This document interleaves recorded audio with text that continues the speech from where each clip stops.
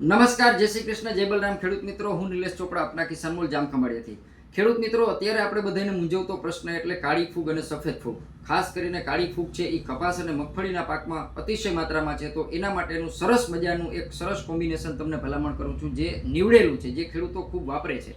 તો સૌપ્રથમ ખેડૂત મિત્રો, એમાં આપણે લેશું ક્યુરેક્સ ક્યુમાસિન 20% ટેકનિકલ આવશે, જેનો ડોઝ છે 10 થી 12 ml નો ડોઝ રહેવાનો છે. આ બેક્ટેરિસાઇડ દવા છે અને બેક્ટેરિયાને કંટ્રોલ કરવા માટે ઉત્તમમાં ઉત્તમ હાઈલી એન્ટીબાયોટિક બેક્ટેરિસાઇડનો છે.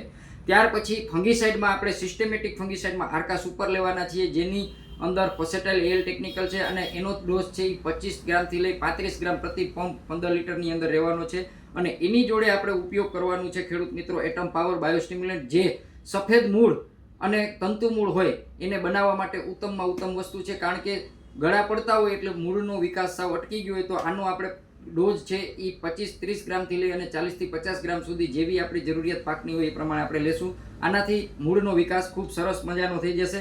અને જે ખેડૂત મિત્રોને એક લિમિટથી વધારે ફૂગ છે અને આવી ગઈ છે અને અતિશય માત્રામાં નુકસાન છે, એ એક સરસ મજાનું ક્લોરોથેલોનિલ 75% WP 25 ગ્રામનું ડોઝથી આપણે આ કોમ્બિનેશનની અંદર ઉપયોગ કરશું. ખેડૂત મિત્રો, તમને અહીંયા 4 દવા દેખાતી હશે, પણ આ દવા છે એ કોમ્બિનેશનનું રિઝલ્ટ છે. તો ખાસ કરીને મારી ભલામણ છે કે જે મિત્રોને સરસ મજાનું રિઝલ્ટ જોતું હોય એ આ કોમ્બિનેશનનો ઉપયોગ કરશે, તો ચોક્કસપણે એને 90 થી 95% રિઝલ્ટ તાત્કાલિક ધોરણથી મળશે. આના માટે તમારે 1 વીઘાની અંદર 3 પંપનો છંટકાવ કરવાનો છે અને જ્યારે પવનની ગતિ ઓછી હોય ત્યારે કરવાનો છે અને ગરમી ઓછી હોય એટલે કે સવાર સાંજના ગાળામાં કરવાનો છે, જેથી પાક છે એ શોષણ વ્યવસ્થિત કરી શકે. તો વિડીયોના માધ્યમથી આટલું જ. આપણી ચેનલને અને પેજને સબસ્ક્રાઇબ કરજો અને લાઇક પણ કરજો. આપણો વિડીયો છે એ આપણા મિત્ર વર્તુળને મોકલતા રહેજો. અસ્તુ, જય હિન્દ, જય બલરામ.